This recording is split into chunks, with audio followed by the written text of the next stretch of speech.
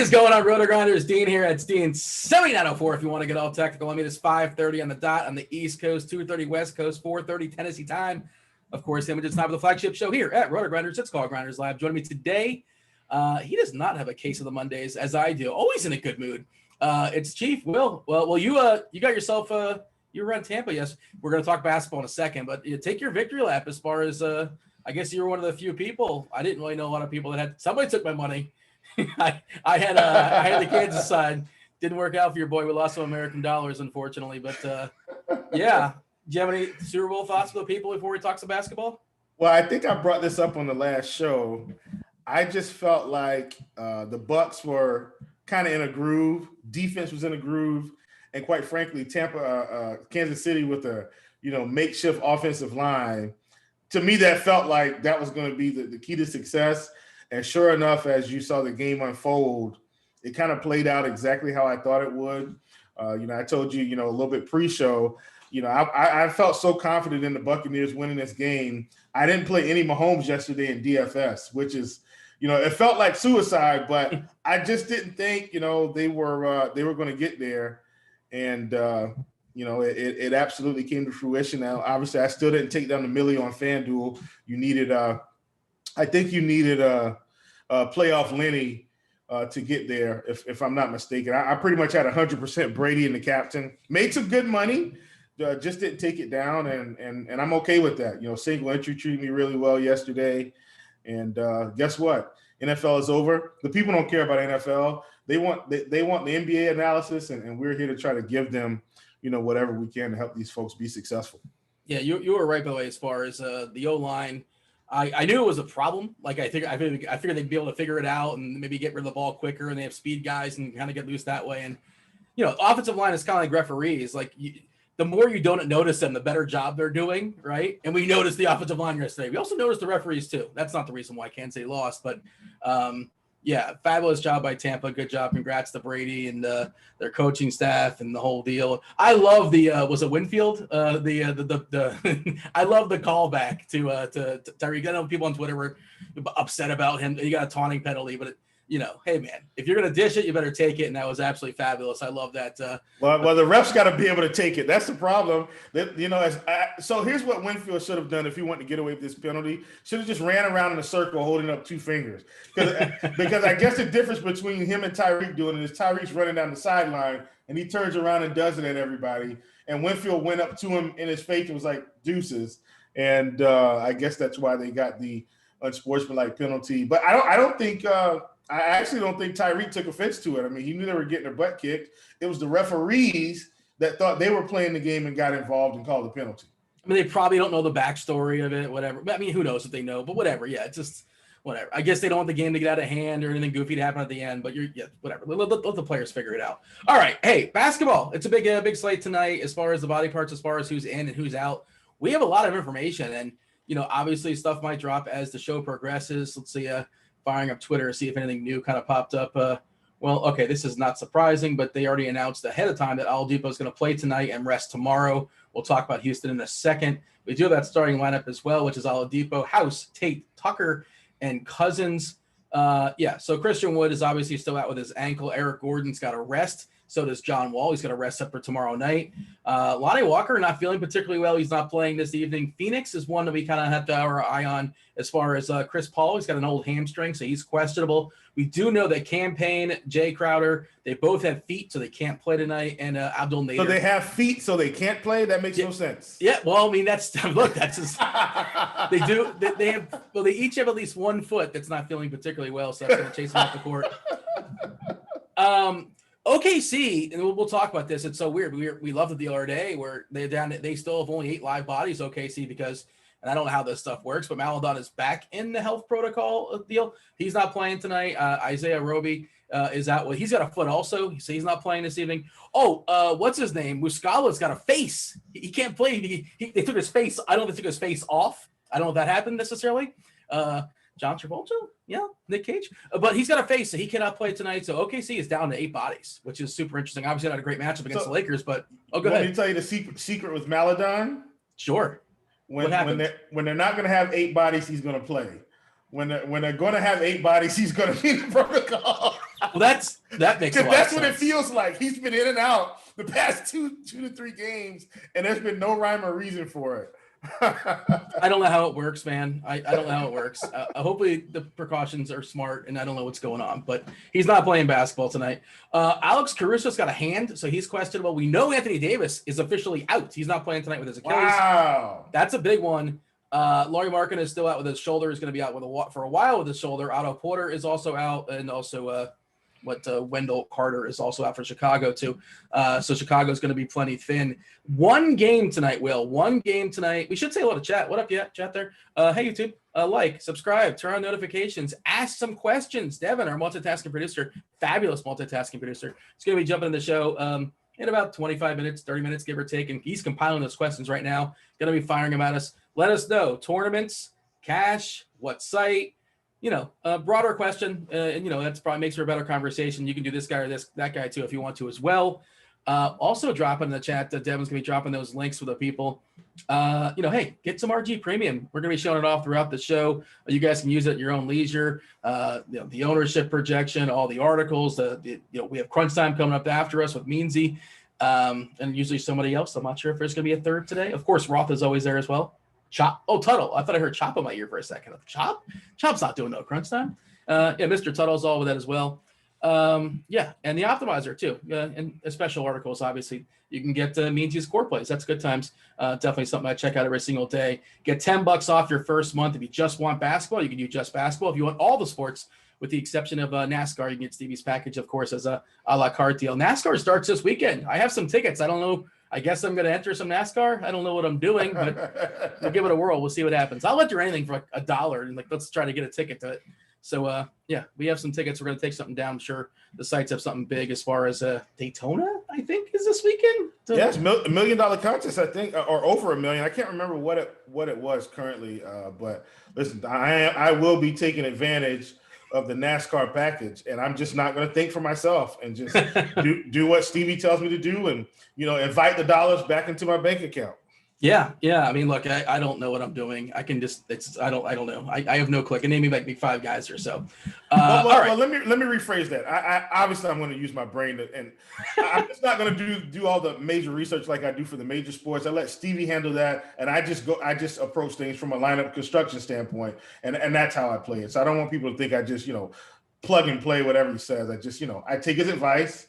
I utilize my lineup construction portion of DFS building, and I go from there.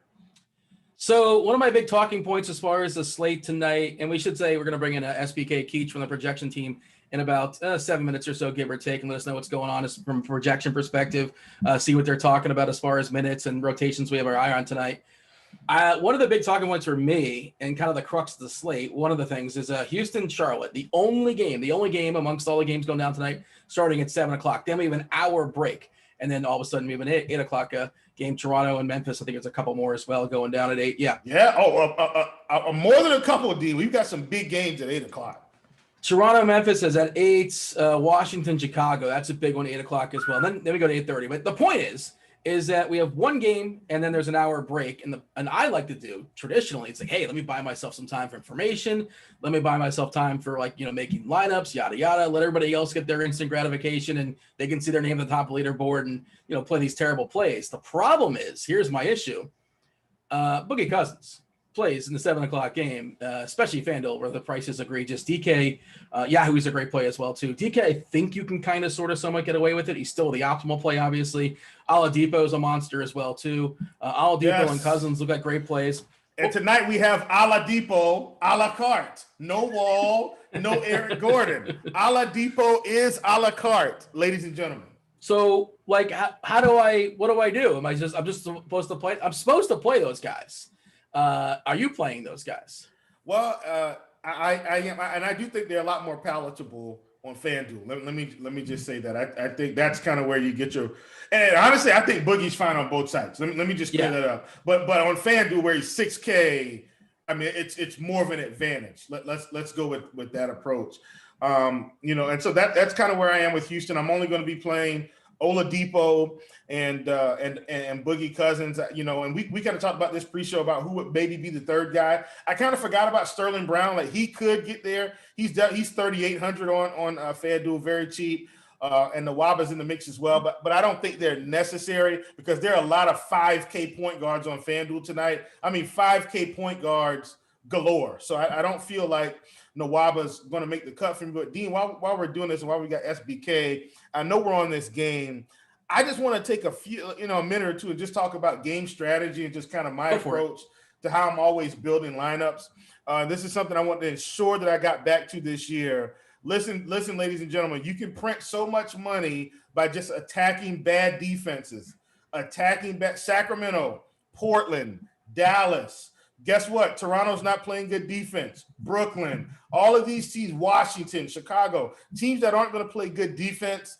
That's kind of where you want to stake your flag. And guess what? I'm here to tell you, sometimes the projections aren't going to completely agree with me. And I'm confident enough in my process to accept the risk and go with what I know in terms of these defenses. Minnesota's not a good defense. And so on a slate like tonight, you've got Minnesota facing Dallas, right? You've got Washington facing Chicago. So, you've really got a chance to kind of build some high upside lineups here. And yeah, it probably will change from site to site. Like on DK, you got Kobe White, I think it's 6,200, 6,400, where maybe that's not as exciting of a play. But on FanDuel, he's 56. Well, you need to take some shots, right? Zach LaVine on FanDuel is a big play tonight. Bradley Beal, we've got him projected at 22.4%. Ladies and gentlemen, guess what? Bradley Beal, and he's 9K on DK. What do you think you need to be doing? You need to be playing him. Bradley Beal has a 41% usage rate, 1.57 fantasy points per minute. He's pretty much the fantasy play of the day, but more people will line up to play Greek, or more people will line up to play Luka when Bradley Beal is actually facing a defense that's not great. And this is the highest upside he's going to have on most nights with no Russell Westbrook. This is how you win tournaments. If you want to get there, you've got to be able to stomach Bradley Beal at 10-2 or 10, whatever. What is he on FanDuel? Let me pull this back up. Sorry, people. 10 and a hook, I believe. Yeah, 10-ish. Should have been 10-4. Yeah, he's 10-8 on FanDuel. Well, guess what? That's hard to stomach when Luka's only a few dollars more. But listen, Bradley Beal's averaging a lot more fantasy points per minute on this slate with no Westbrook. And I'm not saying I'm going to play him in my single entry. I'm saying if I'm multi-entering, I'm getting really good exposure to Bradley Beal. But if you want to win tournaments, you gotta attack the bad defenses. And then I want to bring this up as well. And then you also kind of got to adjust for maybe how you interpret things are going to go. First of all, let's get this out of the way. Our projections team is incredible. They're going to be spot on pretty much all the time. I'm just going to say I make my adjustments as I see fit, right? So for me, I've been readjusting a guy like Draymond Green for the past 2 or 3 games now. Well, why is that? They don't have a center. He's probably going to play 38 minutes, and his fantasy points per minute have picked up the past 2 weeks. So, like right now, Curry's averaging 1.46. Draymond's averaging, I think, around 1.22, which gives him a projection. If he's going to play about 36, 37 minutes, he's going to be anywhere from 42 to 45 fantasy points based on the fantasy points per minute and the minutes he's going to play. And so that's how you get some leverage in tournaments. How many people do you think are going to play Draymond Green tonight? I know we're getting close to SBK. I'm hogging up this segment, but I'm telling you right now, I'm going to be on the Draymond Green train yet again tonight with lack of bodies, and nobody's going to play him. And Dean brought up an incredible stat on a Twitter sphere the other day. Draymond Green scores 2 points and drops 55 fantasy points. How does this happen? He's so much more involved in assists, rebounds. He's not going to get 6 steals and 4 blocks every game, but the rebound numbers, the assist numbers are going to be there, and he's also not going to take 2 shots every game. He took 2 shots. 2. You're telling me Draymond Green isn't going to score 10 to 11 points most games with the lack of bodies? That's kind of where I am. Sorry to hog up the segment, Dean. We'll come back to that. Just wanted to talk some strategy, though, and kind of give people an idea of what it takes to win tournaments. You got to play some chalk, but you got to do some work yourselves. You got to put the pedal to the metal and see what numbers come up for you, and don't be afraid to pull the trigger, right? Don't be afraid. Like, if you're on a play, don't go into Discord and let somebody talk you off of the play. That's crazy. Keep it to yourself invest your money. And if it doesn't work out, hey, it doesn't work out. Live to see another day, but you'll feel good about your process. Sorry to hog that up. Wanted to talk some strategy. We'll get into some more strategy. Dean, back over to you. Yeah, Devin, just let me know when Keach is here to talk as far as. Oh, well, Keach just got here. All right, so much. I had some stuff to add on there. You said a lot of good stuff there, and I believe a lot of things to add, but we can put that on layaway. Let's talk to Keach, SBK. I didn't even finish the body parts as far as who's in and who's out. Like Clark's out for Memphis, Melton's out for Memphis as well. It's weird. Like, I don't know how much I care about that. And in theory, I probably should, but I don't. Keach, well, do we care that Clark and Melton are out? Of course, Jonas Valanciunas came back last game, and Memphis runs a lot of guys. They still run out like 10, 11, 12 guys, and it's like nobody plays more than 30, but everybody gets at least like 15 to 25, so nobody's getting enough. And, of course, a lot of guys elevated in the absence of Valanciunas, and now their price has come probably too much of Valanciunas back, and he's probably not going to be fully extended. I don't know. It's a weird place to start, but, like, Memphis is not really popping for me. Thoughts? I mean, I kind of understand why. I mean, obviously, with like you said, with Valanciunas back and Clark out, it kind of somewhat cancels each other out. Not entirely, though. I do think that Kyle Anderson, if there's a guy on the Memphis side that I am interested in, I do think he's kind of appealing. I believe he was at 30 minutes in the last game, and with kind of I guess you could call it a lack of option at power forward, he may creep up from his typical 28 minutes to something like 30, 31. So if I'd had any interest in anybody on the Memphis side, I think it would be him. But other than that, I'm still not really at a point where I'm itching to pay up for Ja. There's just really not anybody on the Memphis side on a full slate that's really popping tonight. All right, the Rockets. That's an important team to talk about. Obviously, no Wood, no Gordon, no Wall. The clear and obvious is Oladipo and Boogie Cousins. We were discussing this briefly as far as the wings. We do have an official lineup, and I think one of these wings are going to get there. I don't know who it's going to be, and I don't know. I can't say for sure who's closing this game for Houston. We know that House and Tate and Tucker are going to be adjoining Cousins and Oladipo. Of course, Nwaba, Brown, even McLemore, Jones. They're all lurking on the bench. Does anybody amongst that group kind of rise for you? Out of Tate, out of House, out of Nwaba, out of Brown? Are they all just kind of sort of going to get what they're supposed to get and not really exceed it? I can't really separate one from the rest. I can kind of understand that. I think I give the slight nod among between House, Nwaba, and Brown. I would give the nod to House there. He's obviously starting, which I think helps. We have him projected for 32 minutes, a shade under 25 DraftKings points. So at 4.4K, not bad. I mean, not nothing super exciting, but I mean, obviously, the large majority of the production offensively is going to go through Oladipo and Cousins. And, you're just kind of hoping that one of those guys is able to knock down some 3-pointers, shoot efficiently, something like that, add some ancillary stats. But there's, I think House my favorite of that group. I think Jayshawn Tate's also kind of interesting. But yeah, beyond that, I mean, obviously a lot of interest in Oladipo and Cousins especially. I like the scoring system for Tate. He's a pretty good stocks guy, good defensive player. He's a guy that can get going in theory in the right night and get you 7 stocks and almost not have to do much else. And Washington is one of those rotations where I have no idea amongst Len or Wagner or Lopez or is Bertans finally going to be able to make a 3. In theory, it's going to get there. But they also have 14 bodies. Washington's got a lot of players, and Howell Neto. And, of course, there's no Russ, obviously. Ish Smith is a person. Do you have a read in this Washington? That's probably one of the trickier ones, I assume, to project. So I actually watched this game yesterday, and Alex Len played 8 minutes, and that was maybe the weakest 8 minutes I've seen from the center spot in a game this entire season. He just looked disinterested, wasn't playing defense, he was awful. So I mean, we haven't projected the start right now. I kind of think that he may end up being a DNP. I could see them putting Lopez back in the starting lineup. They kind of went to Wagner in a lot of that second half yesterday. They were also getting blown out. It was just kind of a miserable performance from Washington all around. So I could see Len kind of falling out of the rotation, just given how bad he was yesterday. Lopez was actually not bad toward the end of that game. He got some run late. So I would expect Lopez and Wagner to eat up the majority of the center minutes. It's Brad Beal, obviously at the top. Rui, I have some interest in, obviously with Westbrook out. There's a lot of available usage opportunity there. Ish Smith, another one who I'm kind of interested in, but he burned a lot of people the other night with that quote. I think it was he'll play as many minutes as he can handle and ended up being 28 or something. I shipped all my so Maladon, I think, to Ish Smith that night. Maladon like 19 stocks, and I was like, oh, what am I doing? This is not good. That was not fun. Yeah. Anything else you guys are monitoring? Of course, we have Chris Paul currently questionable. We have a bunch of guys out for Phoenix, but they still have, in theory, plenty of bodies. We've seen Frank Kaminsky have big games. Like, I hate the idea that Frank Kaminsky might be a thing in this slate, but I think it's at least worth acknowledging his existence. Jamal Murray is questionable, potentially if he's out. Monte Morris can be a thing. MPJ can be a thing. What are we monitoring? What do we think is going to happen? What do we have our eye on as far as some potential news that may fall?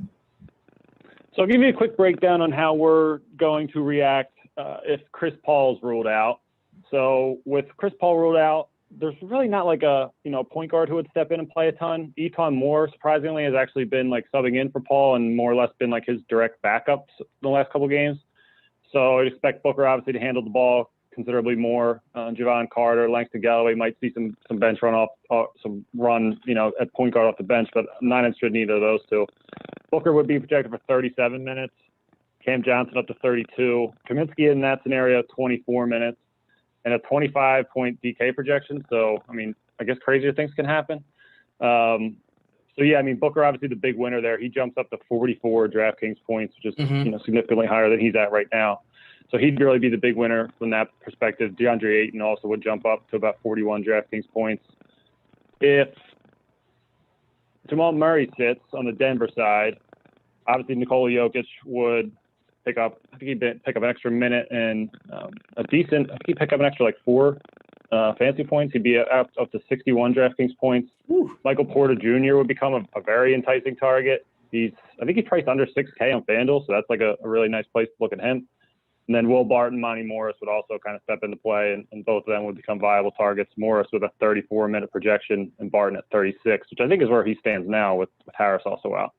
Yeah. So there's actually kind of a lot of options on the Nuggets side if Murray does sit.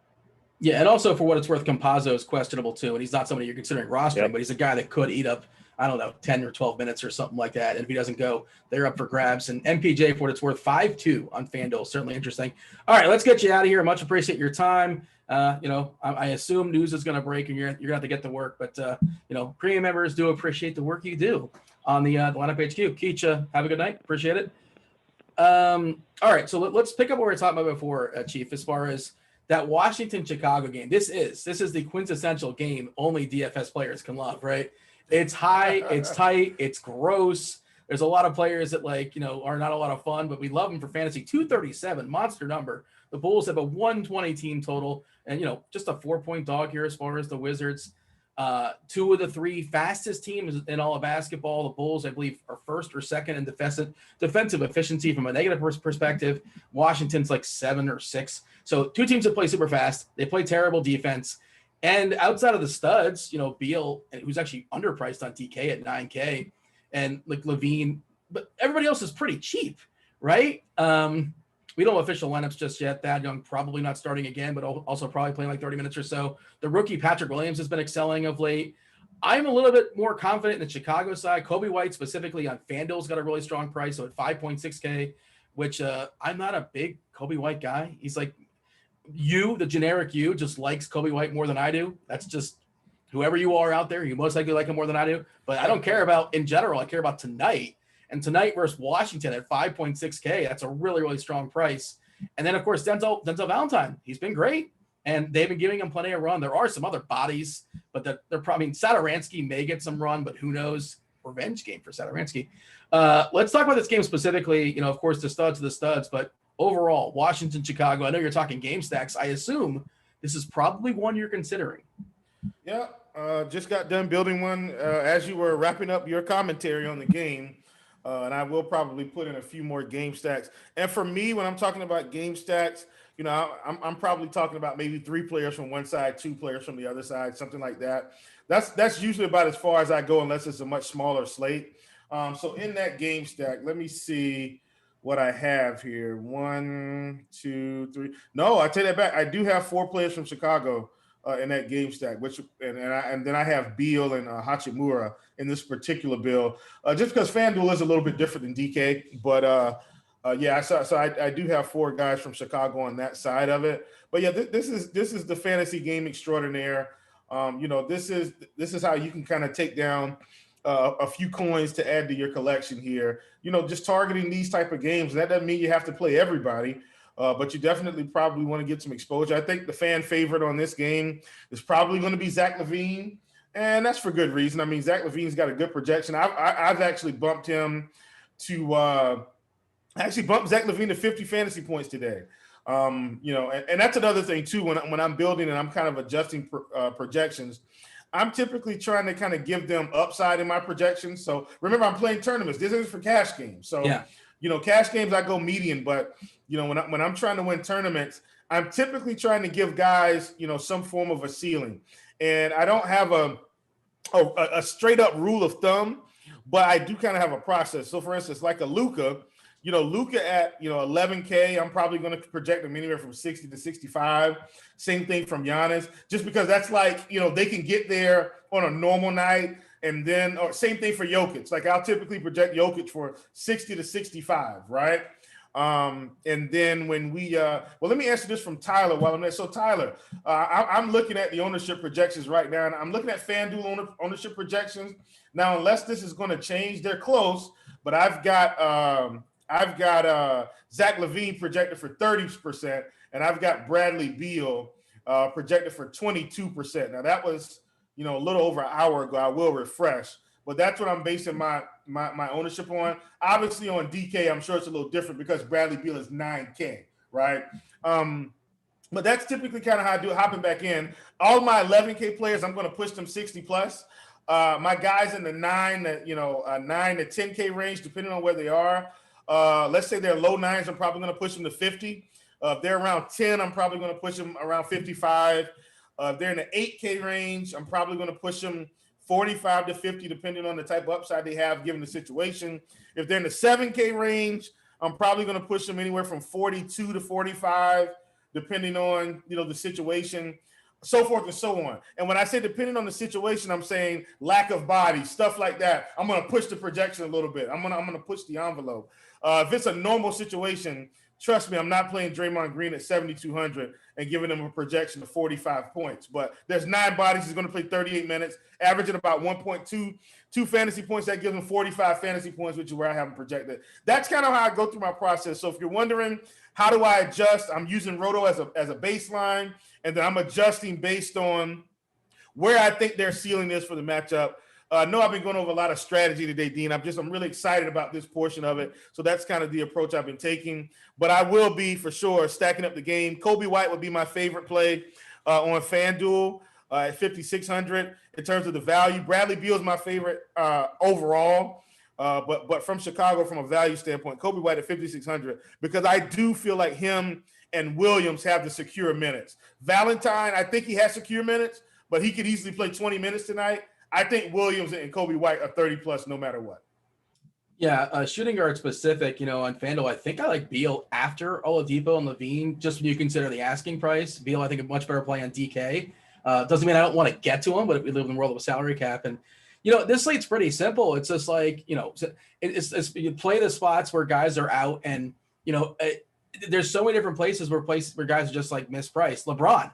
LeBron James is without Anthony Davis against OKC. Certainly interesting. Kuzma. I think Kuzma, yes. I presume he's going to draw the start tonight. Somebody asked me on Twitter about THT. Like, I think that's a little bit ambitious. You got to be running a lot of lineups to get to somebody like that. Dennis Schroeder, revenge game, used to play for OKC. I think he's kind of sort of interesting as well. But let's talk about OKC, because this is the same amount of body parts. They have 8 guys and 7.5 if you count Darius Miller as a half. And I think it's because he's not going to play more than 15, right? He's played fine and played no more than like 12, 13, 14 minutes because he's coming back from a serious injury. So, the situation has changed where these guys, their price is now up. So it's not as easy. Okay, you can't just hit the lock button and their rates that's 3K and 4K. And now they've adjusted. But have they adjusted enough? And I feel like we are mostly ignoring OKC. Like SGA, of course, certainly in play. Horford back from his rest. He got bumped up a little bit more. Diallo's now 6.2K. Kenrich is no longer in the threes. He's 4-4. He feels like a safer play than it's Kenrich versus like one of the Houston Wings. It feels a little safer as far as his minutes, but I don't know what the upside may be. Are we making a mistake basically by ignoring OKC, but is everybody kind of sort of priced where they should be? when you consider their talent. And now that, the matchup against the Lakers is not necessarily ideal. They're, of course, not going to get shut out. They'll put up like 90 points or whatever, give or take. What are we doing with the Thunder? Well, I mean, the Lakers have bodies and OKC doesn't. And Dean, you know how I feel about these teams with lack of bodies. I think they've been gold for us all season, right? You've got Kenrich at 45. He's going to play about 35 minutes. Now, Diallo would probably be the odd man out at 6K now, but he has been putting up over 30 fantasy points, but I don't think he's a necessity today. So I definitely think you can get rid of him. Lou Dort at 4,800. He's going to play big minutes, and then you've got, good old Mr. Al Horford, who's not going to see any Anthony Davis tonight at all at 6,300. I mean, this is fantastic for him. So I like these OKC guys. They're all going to get minutes. If the game stays remotely close, you're going to be looking at something like, what we saw Friday night where, 3 or 4 of these guys put up, mid-30s. You get one of these guys that gets 50 plus. That guy on Friday, I think, was Al Horford. But we've got SGA back. SGA at 8K isn't going to see as much ownership as usual. No, but this is definitely a chance for him to put up 50 plus. And just kind of going back to what I was talking about earlier, I'm going to look. Let's see what projection I have. I've got SGA projected for 45 fantasy points. And look, I probably should just project him for 50 tonight because if they're going to win, he needs to do everything. And I've just talked myself into it. He now has a projection of 50, but I think it's fair, given if the game is close, that he could end up there or over. So, but he's behind, not to cut you off, but I think he's going to be behind Oladipo, and I think he's going to be behind Levine, and he's going to be behind Beal. So he's not going to get a ton of ownership, as far as I can tell. Maybe 15%. No, not at all. We've got him at 19 on FanDuel for FanDuel projections in terms of ownership. Sorry, Dean, and I was trying to get to DK. 18% on DK for what it's worth. Yeah, 18, and that's still reasonable. 18% is reasonable, but obviously I think Beal is, I think he was pushing 70 or something like that. I don't see that. 70%?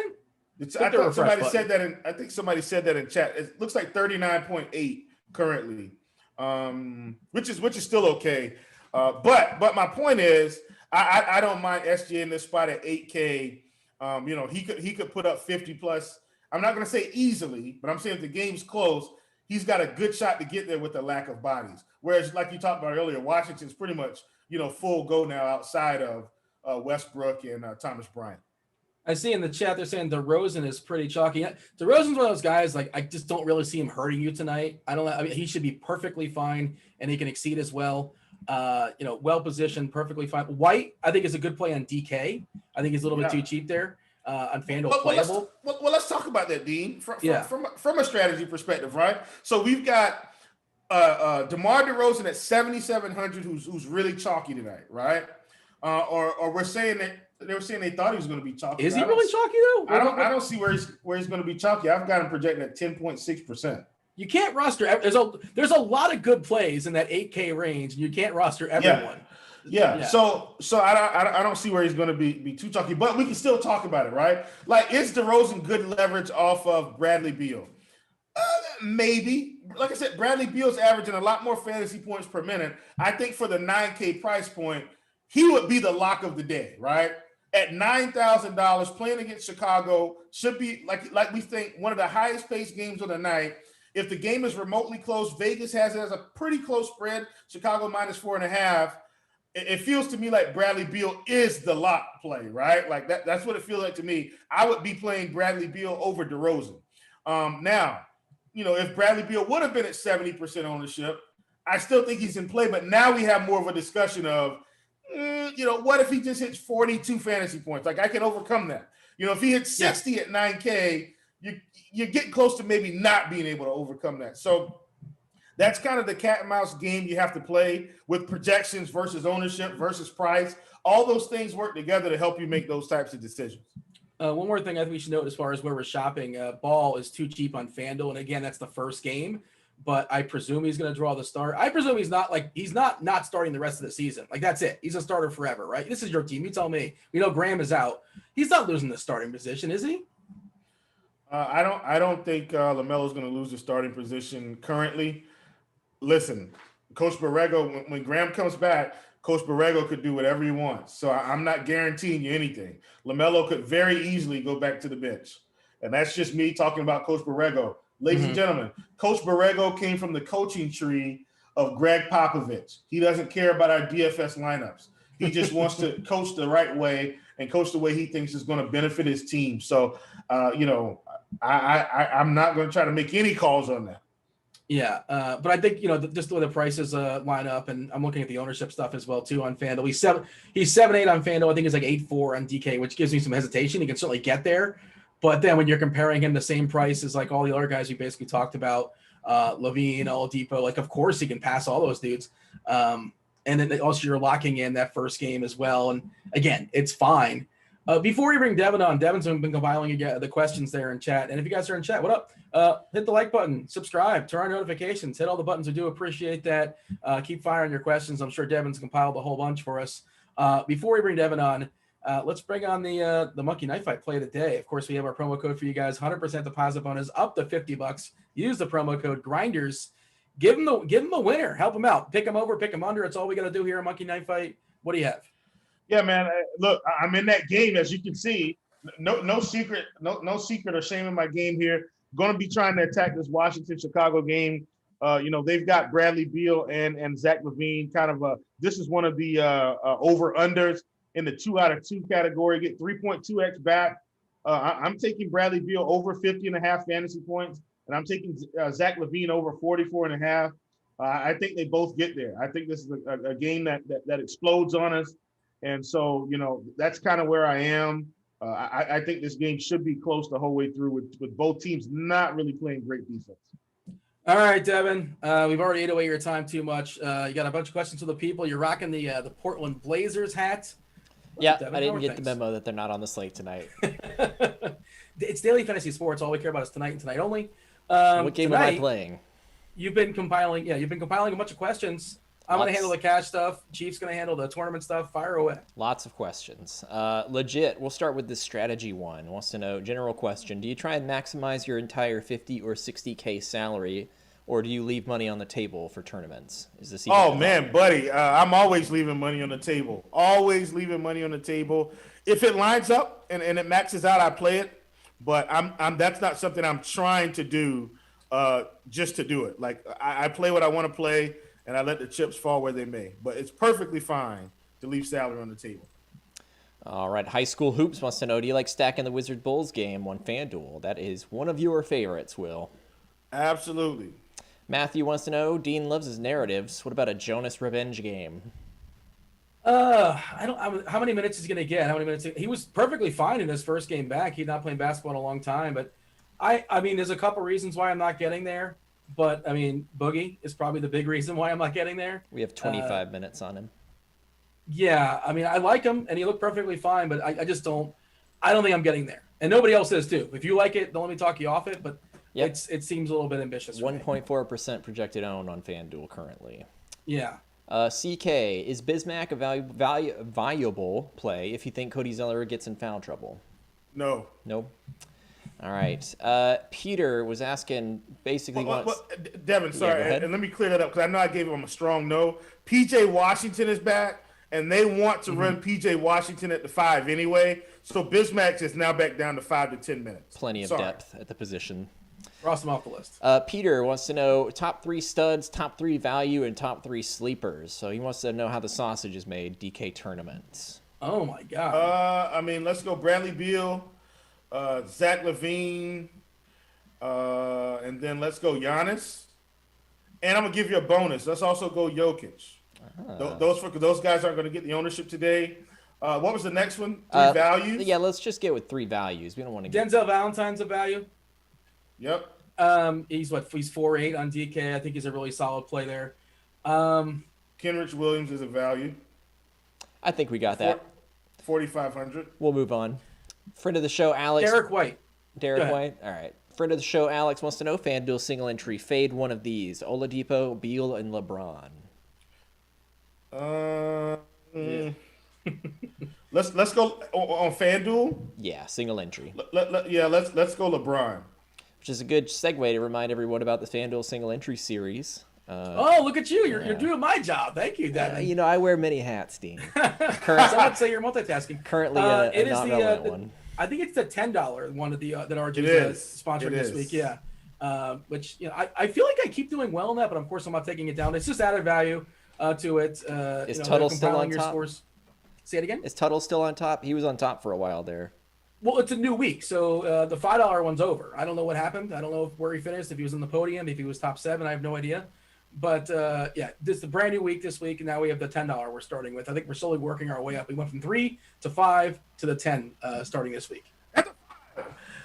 Finish down at the 1-inch yard line. Pull up your pants, young man, and put on a bra. That's Kevin Harlan. Kevin Harlan is a national treasure. Jesus. Why is he not thought of as like one of the best announcers? He's so good. He's versatile. He can do all the sports. He can make the worst game more exciting. Go ahead. I love Kevin Harlan. Excellent. All right. Mark wants to know Keldon Johnson or Michael Porter Jr. FanDuel Cash. Sorry, Keldon Big Body Johnson, as Kevin likes to say. I would say Johnson's minutes are more secure, most likely. We don't know about Jamal. If Jamal doesn't play, MPJ's got a better chance. He possibly draws the start. The tricky part with him is that he's he's not good defensively, and Malone gets annoyed with him. I don't think Malone likes him.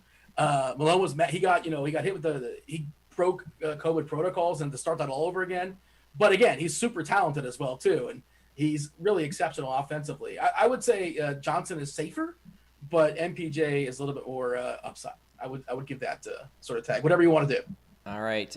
Peter coming back. He wants the whole meal. Is Ja a good pick tonight, FanDuel? Do you stack Giannis and Jokic? I think you already touched on Jokic and Giannis. If you stack Giannis and Jokic tonight, there's enough value to get it done. That is an exceptional GPP strategy that's going to go against every Opto build, but I'm telling you, great tournament thinking. Is that perhaps one of the lineups you were building? Yeah, maybe not. But I do like Ja as well. A big game is coming from Ja. It's just a matter of time. I ranked him 6th tonight, for the record. I just pulled up my rankings, and I have him 6th, FanDuel specific. I got Ball and Luka and White. And you guys better trust Dean on these CSV rankings or whatever. I'm telling you, Dean crushes these rankings. I was going to say you were number one. If you don't know, if Dean's telling you to play Ja Morant, we may want to hop on the train today. Well, I got him 6, and you can only play 2. So use that information, however you want to. K-Mac wants to know FanDuel tournament, Joe Val or Thad Young? I'd actually take Thad Young in the spot against Washington. Why does everyone want to play Valanciunas tonight? Is it just because Clark's out? They still have Tillman. They still have Dang. Valanciunas might not start. Dean, take the context clues. Devin read the question fast. He wants us in lightning round without telling us. Let's go. I just thought it was. We've had 3 Jonas Valanciunas questions. My counterpoint was going to be the first question was a revenge game. Dean, come on, that's the reason to know. Oh yeah, I forgot about that. Peter wants to know. Oh, we already hit that one. Joe wants to know FanDuel Cash. You playing any Toscano Anderson? I don't think I have to. I hope not. No, Patrick Williams is basically the same price, and he's a much better play. Kuzma as well. Why am I playing Toscano Anderson over those 2? James wants to know best forward option on DK at 6,800 or cheaper. We'll call that tournaments. I'm going Draymond Green. That just doesn't matter. That was a quick answer. K-Mac wants to know, is it okay to run him back with Boucher tonight in tournaments? There's a lot of Boucher talk. On DK at 5,100, yes. On FanDuel, you're getting close to not wanting to play him. Can I throw up a slight caution flag on Boucher? I love Boucher. I'll allow it. I like him more on FanDuel, where he's a better stock play, obviously. You get those 3 points. I think the price is better, too. But I don't... No, it's not, Dean. He's low 55K range on DK. He's almost 6K on FanDuel, which is why I don't like him as much there. Well, yeah, he's better. Okay, but so Baines has the girth, and Valanciunas is a big boy too, and Boucher's not a big boy. Baines has the girth. We got the girth mentioned, and so does Dang. There's a lot of girth. There's a lot of girth on the other side is the point, and Baines can hang more so than Boucher, I think. So maybe this isn't a Boucher spot. Is sort of my slight concern. But I love Boucher. Generally speaking, I'm a big fan of Boucher. I think he's a. Oh, they're gonna say girth. No, not quite. No. Eric wants to know DK tournament thoughts on Gafford. No. Oh, sorry, Dina. Yeah, that was a tournament question. Yeah. No. Same one from Eric. Any Troy Brown tonight? Cheap on DK. There's so many guys on Washington. I don't think you need Troy Brown tonight. There's Ish, there's Neto, there's Garrison Matthews, there's Bonga, Bertans, Avdia, and I don't know what the rotation is going to be. I have no clue. Let's see. Rob wants to know, think Pascal and Boucher. Any love for them? FanDuel tournament. We already touched on Boucher. Any Siakam? Not really. I'm not really playing them tonight. Are they correlated well? It seems like they wouldn't be, but I mean, Boucher's averaging over a fantasy point per minute, but I mean, I'm not playing him on FanDuel because they could easily give him 15 minutes tonight, and then you're kicking yourself like, why did I play him? When he was 4,700 last week, it was fantastic. He's back up to 6K now. Can't do it. A lot of time he's taking Baines minutes, Devin. I think that's what you're kind of getting at. Yeah, like they can play Boucher and Pascal together, but Baines and Boucher they won't do. All right, Jason wants to know, coming in blind, who's a must-play single entry FanDuel tournament lock? For me, it's Draymond Green. Draymond Green. All right. Best small forward on FanDuel, point per dollar? It's got to be Valentine, right? Point per dollar. Yeah, at 4,400, I definitely think it's Valentine. Don't forget, everyone, smash that like button if we get your question. K-Town's finest, DK single entry, any Schroeder, another revenge spot. Yeah, like Schroeder. I think you like Schroeder or Kuzma if you can play one of those two. I think it's a tough one. I think I'd take Kuz because that's a tough one. I would play them both. They're about equal to me in my book. To be honest with you, like they're pretty equal. All right, Wounds wants to know, FanDuel single entry, Porzingis or Draymond? Draymond. And listen, any question between Draymond and anybody else is going to be Draymond, unless it's like, Bradley Beal or something like that. AC, looking ahead to potential Chris Paul news. If he's out, do you like Sexton on the other side? Yes. Blake asks, any Ish Smith FanDuel tournament? Game stack? Yes. All right, moving on to the chat now. Don't forget to hit that like button. Like that like button. Mark wants to know, Kuzma or Pat Williams, FanDuel cash? I think it's Williams, the safer play. I mean, depending on how my build goes, I think I would consider doubling down. But, of course, that would cost me Giannis Antetokounmpo, and he's really good. So I think I want to get Giannis.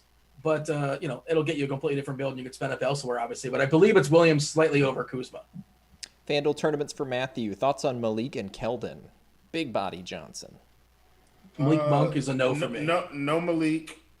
Keldon is okay. Can't say no to big body. Tori wants to know. I already got Boucher. Moving on. Let's see. Patrick Williams or Kuzma. I think we got that one as well.